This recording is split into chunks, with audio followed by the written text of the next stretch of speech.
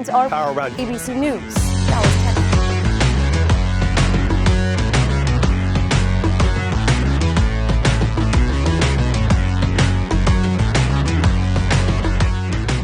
Welcome back to Fox Weather Live here in Dallas, where we continue to track the chance of severe weather for this evening, overnight tonight. Good morning, Tam and Matt. The families here in Uvalde tell us that it feels worse, yet they remain steadfast, as you mentioned. Yeah, especially after last summer. It was their hottest on record in San Antonio. Their June and July were the hottest June and Julys on record.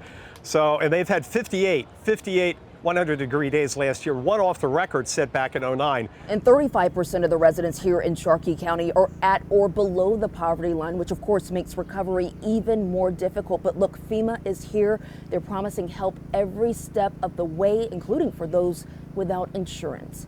I'm Morgan Norwood, ABC News, Rolling Fork, Mississippi. Good morning, George. Nicole has left, but the danger has not. There is still a very real possibility of even more collapses. This is one of the 49 buildings that has been deemed unsafe, part of the seawall in the parking lot here collapsing. Officials warning everyone to stay off the beach.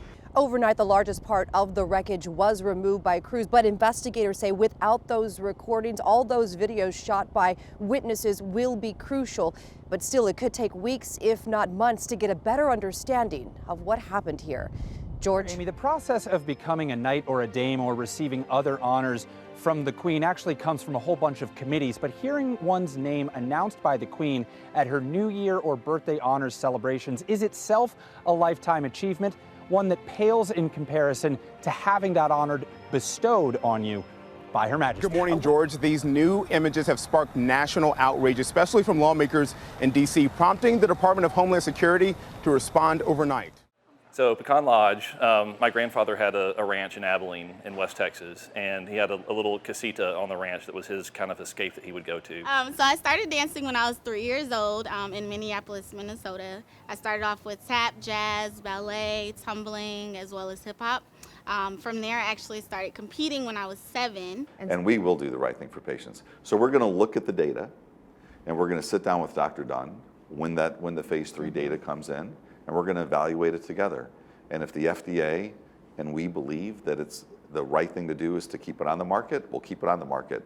And if they believe and we believe it's the right thing to do is take it off the market, we'll take it off the market. And it's a family that family units can't stay together if all the pieces are not working, hand in hand. Well, first and foremost, I met Adrian, and she brought it to me, and Adrian, as you know, is a force to be reckoned with, so there was no saying no to this. This morning, brisket and ribs. 2 Dallas families turning up the heat. Husband and wife duo Justin and Diane Fortin of Pecan Lodge facing off against brothers Juan and Brett Reeves of Smoky John's. Basket in the window. Both hoping their signature sandwiches will be named the best in Dallas. The hot links and brisket? Yeah. The cafeteria-style Smoky John's serving up good meats, good sides, and good vibes since Juan and Brent's dad opened up 46 years ago. Here's our dad, Smoky John Reeves. Our vibe translates. It doesn't matter if you come from Kansas City, from Memphis, the Carolinas. When people come here, they're like, this is good. This is some of the best I've had. And that's one of the things that we're very proud of. Their hickory smoked meats, not the only things getting rave reviews. We put a lot of effort in all of it. We don't want you to have half a meal. We want the whole meal to be good. Across town, Pecan Lodge, which opened up in 2010. Pitmaster sandwich for Bailey. When the Fortins traded in their corporate jobs for the barbecue business. That jiggle right there, that's how you know it's ready. They're serving up nearly 4 tons of their slow smoked brisket every week. This is by far the best brisket in Dallas. The flavors, a blend of the styles they grew up with. We take a lot from East Texas with a little bit of a heavier spice rub. It's just a blend of what she remembers growing up and what I remember growing up. For both families, their restaurants, and the diners they serve, now an extension of their family.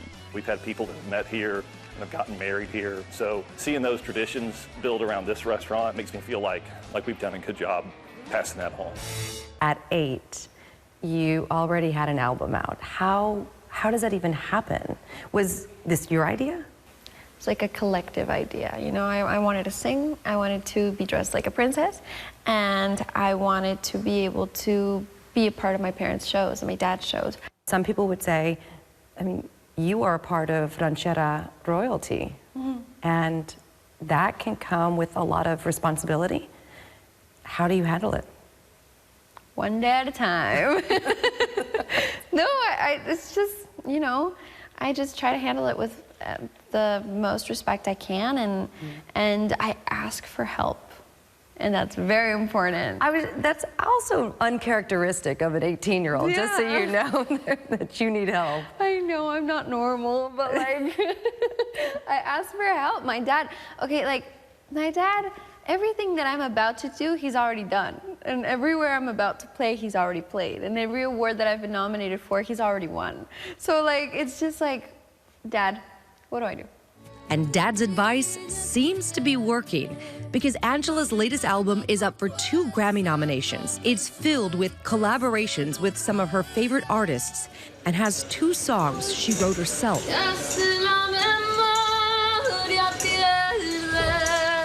You get to choose who you want to be. And my dad chose, instead of, you know, drinking or parties or stuff like that, he chose his family and his music, you know. Being an artist you're very alone when you're a singer, because you sing for 15,000 people and then you come back to your hotel room and you're absolutely alone. And it's like that energy that you just received, like where are you going to put it?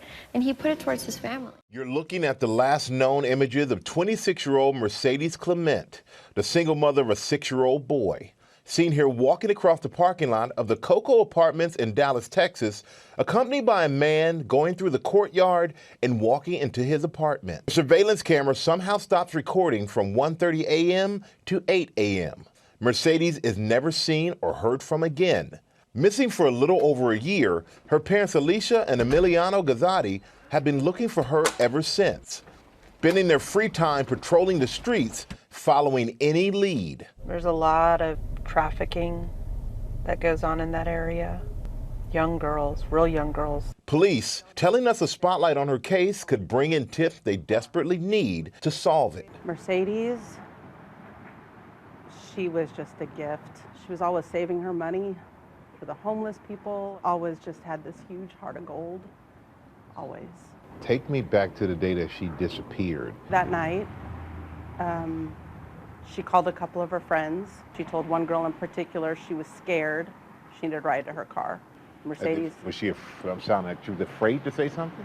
She said hello, and she said, Mercedes, what are you doing? And she said, I've got to go. And the phone disconnected, and that was it. The next day, Alicia received a letter that Mercedes' car had been towed. Her purse was in her car. Her wallet was in her car. Her car key was on the front seat. Her bra was on the passenger seat. And we just knew something was wrong. Detective Patty Ballou, a homicide detective with the Dallas PD, is assigned to the case. So much time has passed by and no one have heard from her. So I believe that something has happened to her. One question, that 7-hour alleged glitch in the surveillance tape. We went to the video company and I asked, is that something that, like I say, happened often? They said not so much. So it was a little odd that it happens. Mercedes' purse found in her car, also raising the detective's suspicions. It's the same purse you see her walking inside the apartment complex with. So either she brought it back or the people who took her put it in the car, and their intentions were to come back to the car, but the car was towed before they were able to do that. Detective says that they have multiple people of interest, including some from her past, when Mercedes went through a period of drug use. At the top of their list is a man Mercedes was last seen with on camera that night, 36-year-old Tanner Lawson. And we've tried to question him, and he's basically refused to speak with us. Alicia took it upon herself, cold calling him, recording their conversation. I don't know if you need to drive around and jog your memory, but you need to sit down. The memory that I have is not significant. You need to sit down. Because to me, there was nothing significant about that day. Lawson is currently in Dallas County Jail on unrelated charges. He did not respond to a request for comment. Now, the Gazzottis fear the trail is starting to run cold. I think that the media, police, missing persons units, there's always a stigma around certain people. If they look a little different, or if they're not the boy or girl next door, right? They don't get treated with that same urgency or that same consideration. Alicia, Emiliano, and Mercedes' son all have the same wish. Can you say a prayer before we eat?